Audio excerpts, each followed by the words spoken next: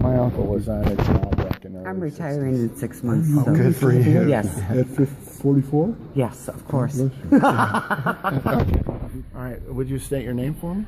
Sergeant Linda Sheff, And spell your last name. SZEFC. Okay. Linda, or officer, what should I Sergeant. call you? Sergeant. That's impressive in itself. Look at the stripes, and I'm getting the stripes right there, so we're all good. Anyway, we're doing a cultural awareness project, and I'd like to get your impressions of the Roseland community and what you face as a police officer, and what, just your thoughts and perceptions of that, and what's going on there in that community. The Roseland community is struggling. We have a lot of homeless people. We have a lot of people with mental disabilities. A lot of people that do not have jobs. Okay. It's primarily black. There's a lot of crime, a lot of drugs. So we deal with a lot every day. Okay. All right. So those are negatives. Do you see any positives going on with the community?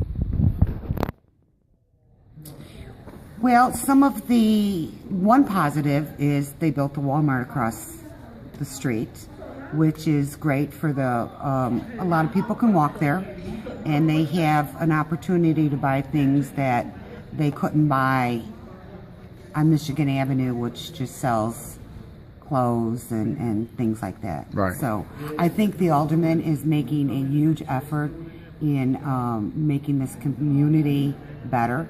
Okay. There's been a lot of improvements since he's been alderman. So, yep.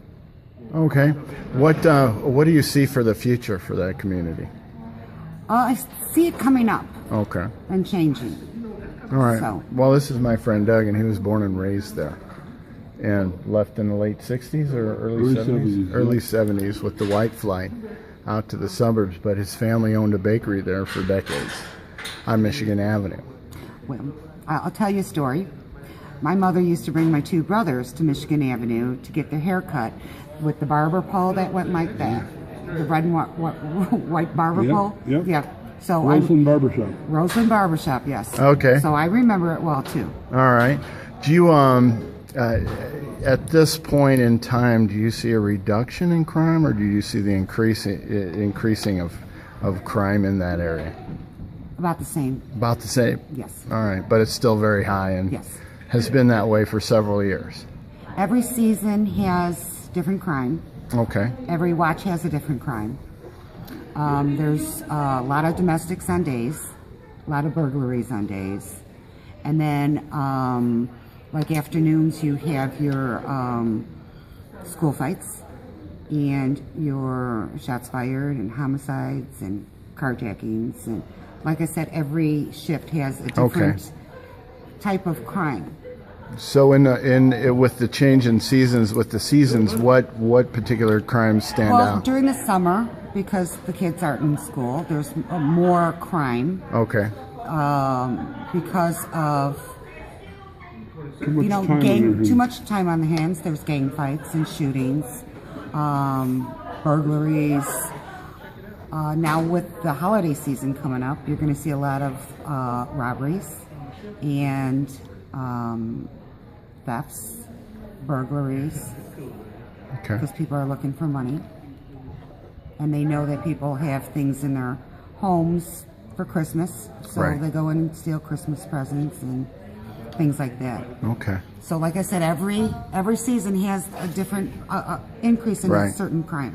Okay, and you're going to be retiring after how many years? I'm going to be retiring 5/15/15 from the 5th District with 25 and a half years. Awesome. Well, thank you for your service. Pardon me? You started when you were Yes. 12? Yeah. With 2 master's degrees, so I'll be teaching. Really? Yes. You have masters in what? I have a master's, my MBA, Okay. Business Administration, and I have a master's in Financial Identity Fraud.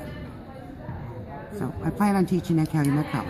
Awesome. Yes. Awesome. Well, thank you for your time. I really appreciate your insights. Thank I know you. your time is very valuable, so thank you for that. Thank you. All right.